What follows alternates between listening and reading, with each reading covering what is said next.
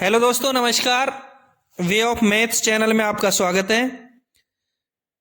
मैं हूं एम के गुजर और इस वीडियो में लेके आया हूं उत्तर पश्चिमी रेलवे यानी नॉर्थ वेस्टर्न रेलवे में 9 नवंबर 2024 को ट्रेन मैनेजर का एक पेपर हुआ है।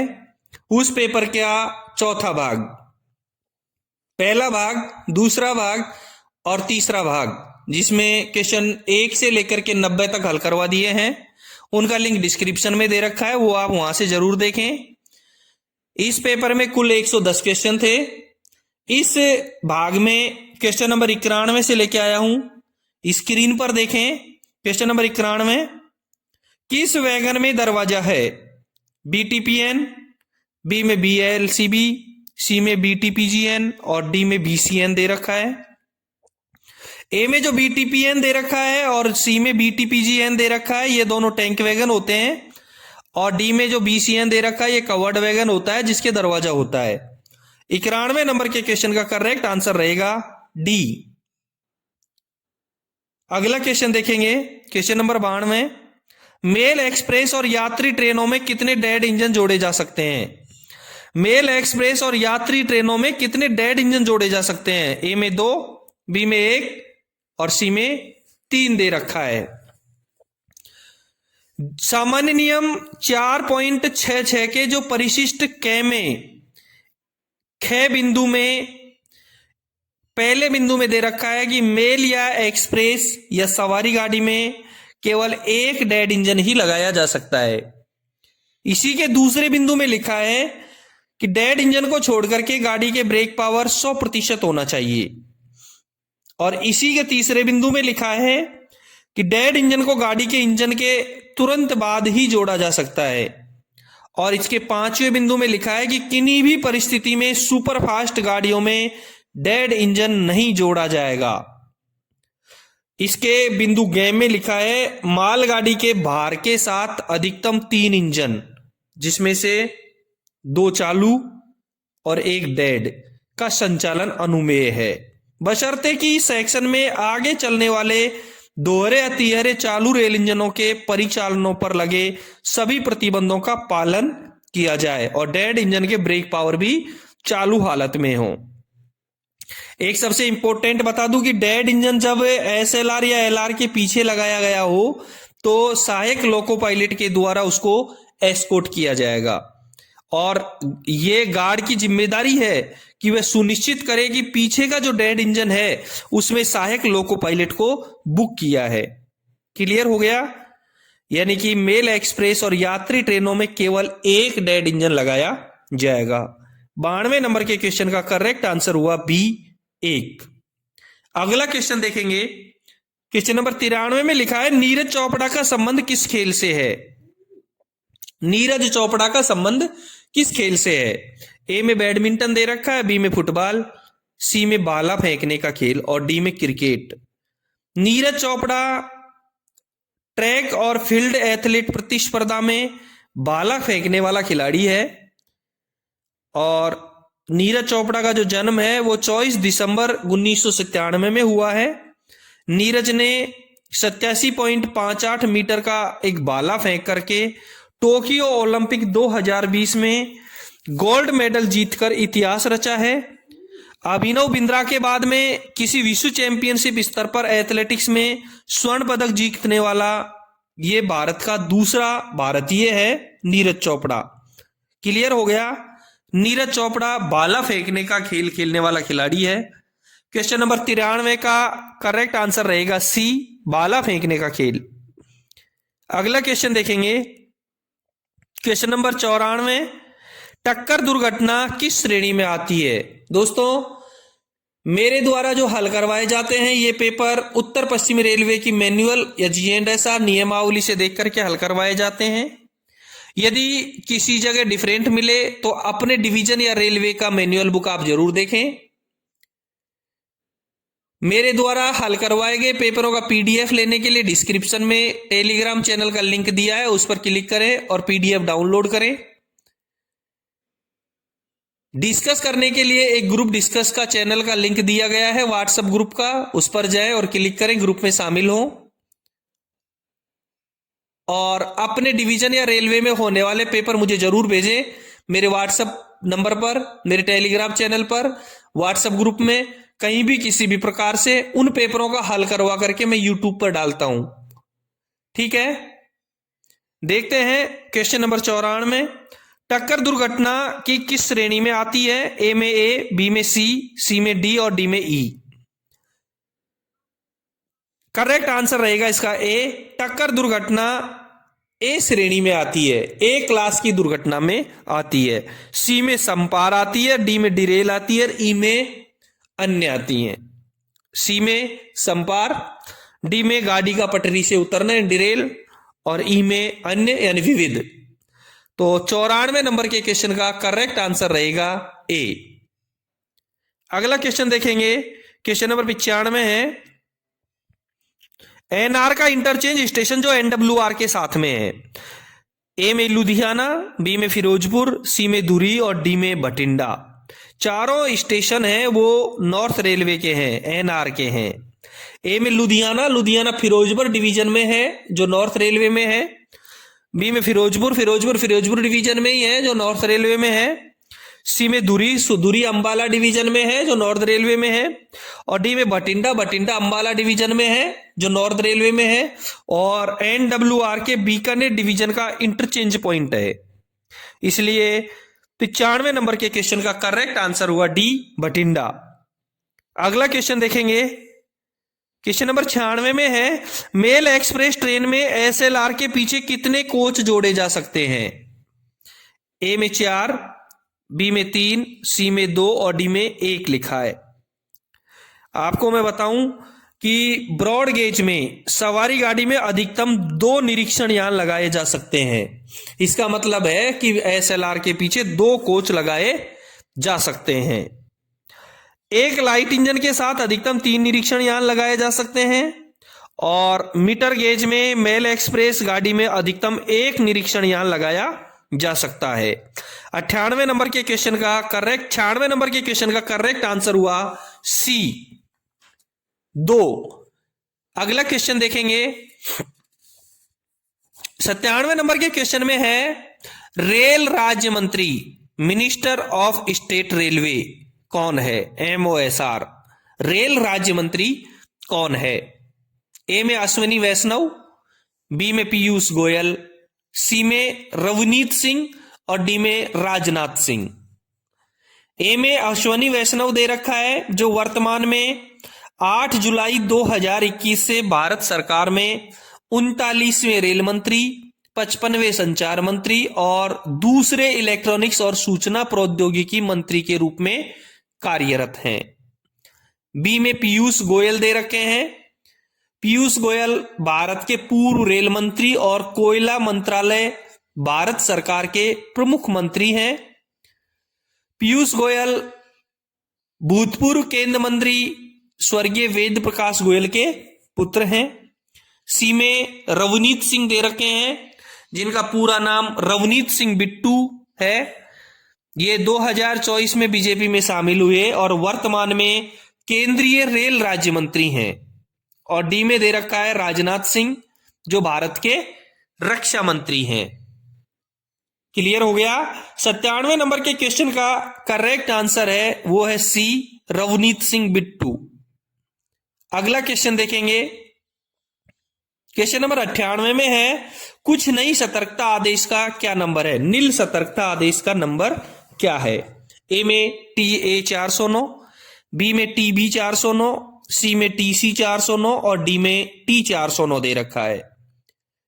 ए में TA 409 बिल्कुल करेक्ट आंसर यही रहेगा, नील सतर्कता आदेश है, कुछ नहीं कॉशन ऑर्डर। बी में TB 409 अनुस्मारक सतर्कता आदेश यानी रिमाइंडर कॉशन ऑर्डर है। और डी में T 409 सामान्य सतर्कता आदेश कॉशन ऑर्डर है। 98 नंबर के क्वेश्चन का करेक्ट आंसर हुआ ए, TA 409। अगला क्वेश्चन देखेंगे, क्वेश्चन नंबर 99 है। स्टेशन सेक्शन किस क्लास के स्टेशन पर होता है? स्टेशन सेक्शन किस क्लास के स्टेशन पर होता है? ए में A क्लास, बी में B क्लास, सी में सी क्लास और डी में हल्ट स्टेशन। स्टेशन सेक्शन का अभिप्राय बी क्लास स्टेशन के उस भाग से है जहां लाइन क्लियर देने के बाद भी रुकावट की जा सकती है। और मैं आपको इसमें बता दूं कि बी क्लास स्टेशन वे ब्लॉक स्टेशन होते हैं जहां स्टेशन सेक्शन में रुकावट होने के बावजूद भी किसी गाड़ी को लाइन क्लियर दिया जा सकता है। बी क्लास स्टेशन पर स्टेशन सेक्शन का प्रावधान रखा गया है। ऐसे स्टेशन पर लगाए जाने वाले जो कम से कम सिग्नल है उसके बारे में भी मैं आपको बता देता हूं, क्योंकि बी क्लास के स्टेशनों पर स्टेशन सेक्शन का प्रावधान है। 99 नंबर के क्वेश्चन का करेक्ट आंसर बी रहेगा। और बी क्लास स्टेशन पर कम से कम सिग्नल यदि 2 आस्पेक्ट कलर लाइट सिग्नल हैं तो सिंगल लाइन में आउटर और होम रहेंगे, और 2 आस्पेक्ट कलर लाइट सिग्नल में डबल लाइन है तो आउटर, होम और स्टार्टर रहेंगे। और multi aspect colour light signal है बी क्लास स्टेशन पर तो डिस्टेंट, होम और स्टार्टर कम से कम रहना आवश्यक है। 99 नंबर के क्वेश्चन का करेक्ट आंसर आपको मिल गया बी क्लास। अगला क्वेश्चन देखेंगे। क्वेश्चन नंबर 100 में लिखा है पिछले ब्लॉक सेक्शन में शंटिंग से पहले डबल लाइन में क्या किया जाता है। पिछले ब्लॉक सेक्शन में शंटिंग से पहले डबल लाइन में क्या किया जाता है। ए में ब्लॉक बैक, बी में ब्लॉक फॉरवर्ड, सी में बोथ ए एंड बी दे रखा है। ध्यान रहे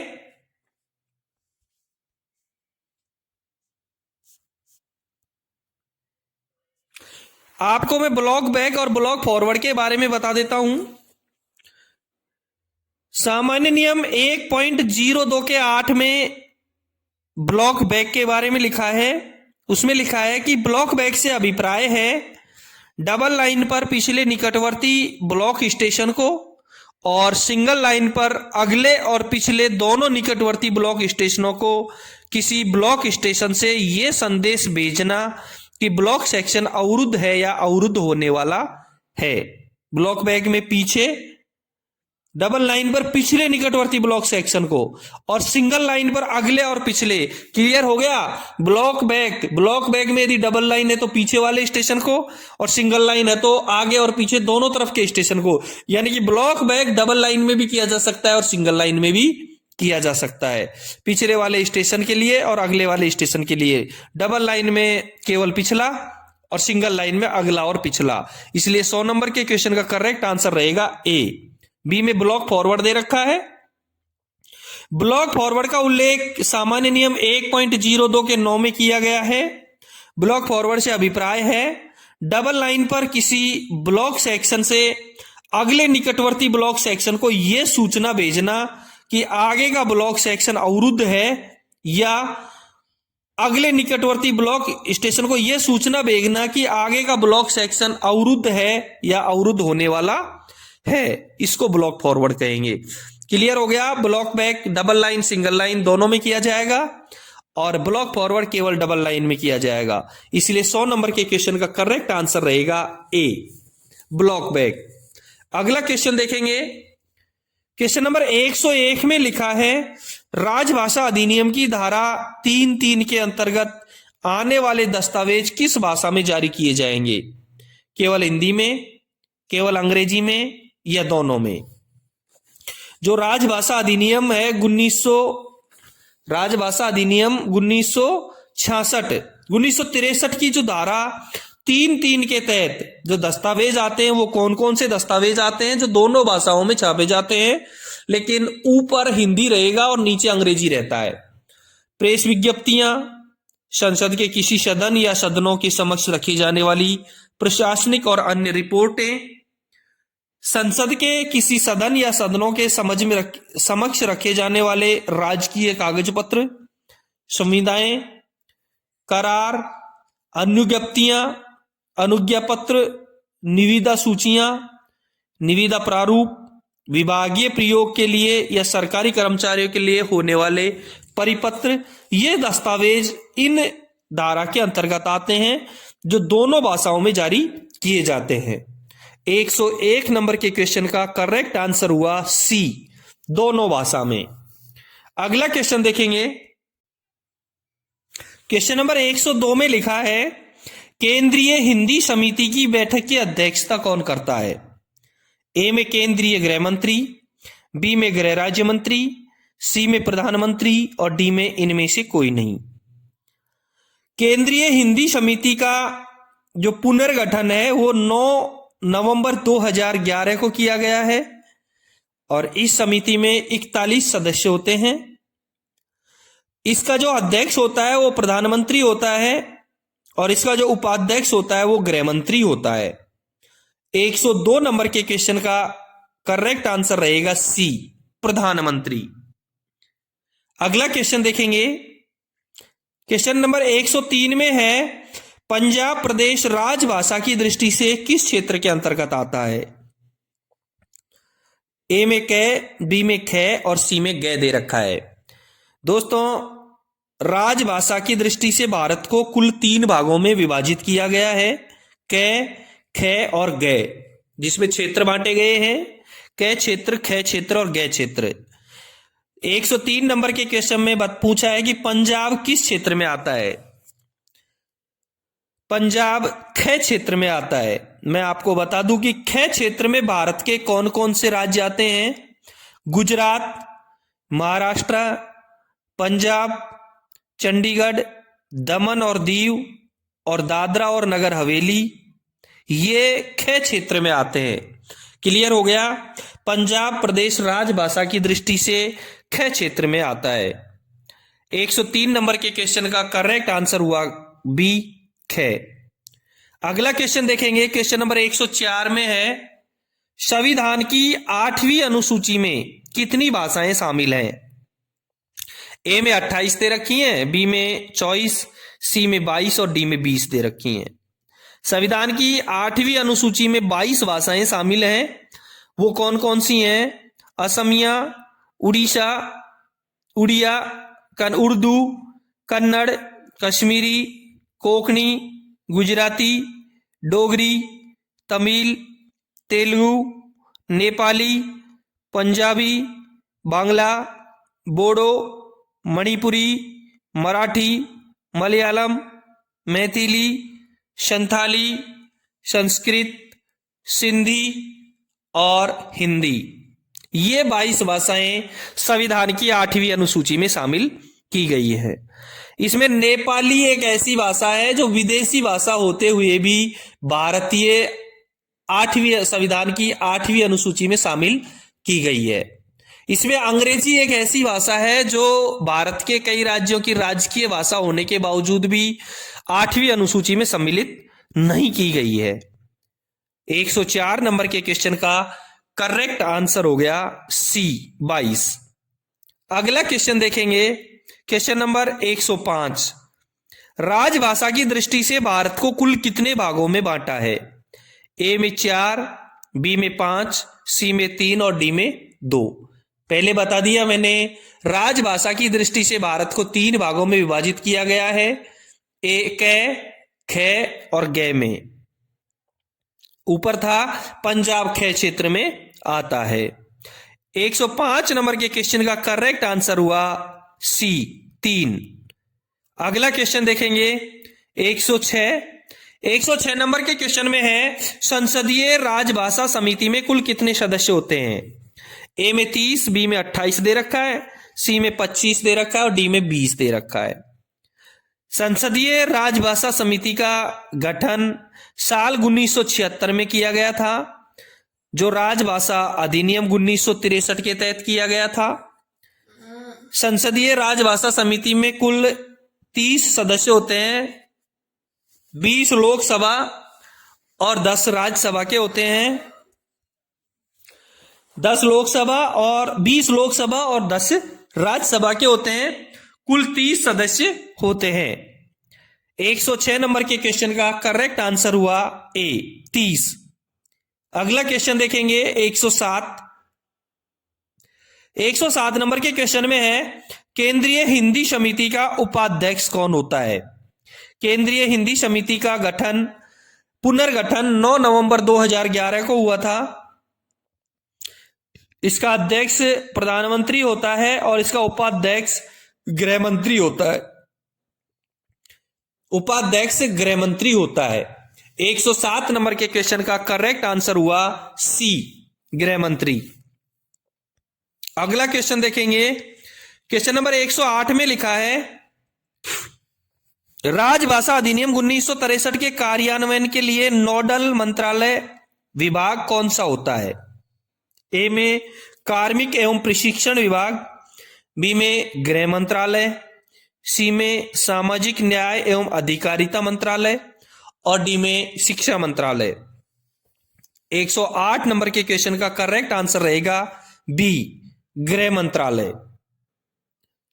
अगला क्वेश्चन देखेंगे 109 देखेंगे।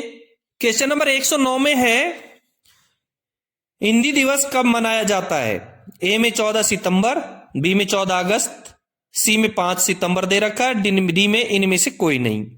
दोस्तों, विश्व हिंदी दिवस और हिंदी दिवस दोनों अलग अलग हैं। राष्ट्रीय हिंदी दिवस 14 सितंबर को मनाया जाता है और विश्व हिंदी दिवस 10 जनवरी को मनाया जाता है। राष्ट्रीय हिंदी दिवस 14 सितंबर को मनाया जाता है।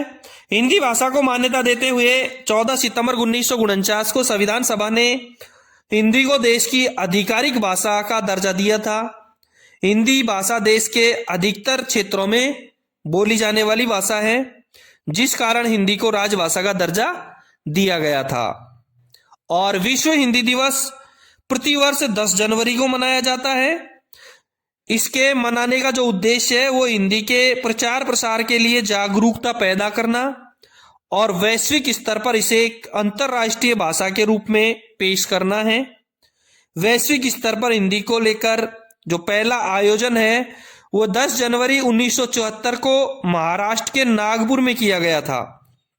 इस सम्मेलन में 30 देशों के 122 प्रतिनिधियों ने भाग लिया था। तो क्लियर हो गया राष्ट्रीय हिंदी दिवस कब मनाया जाता है। करेक्ट आंसर रहेगा ए, 14 सितंबर।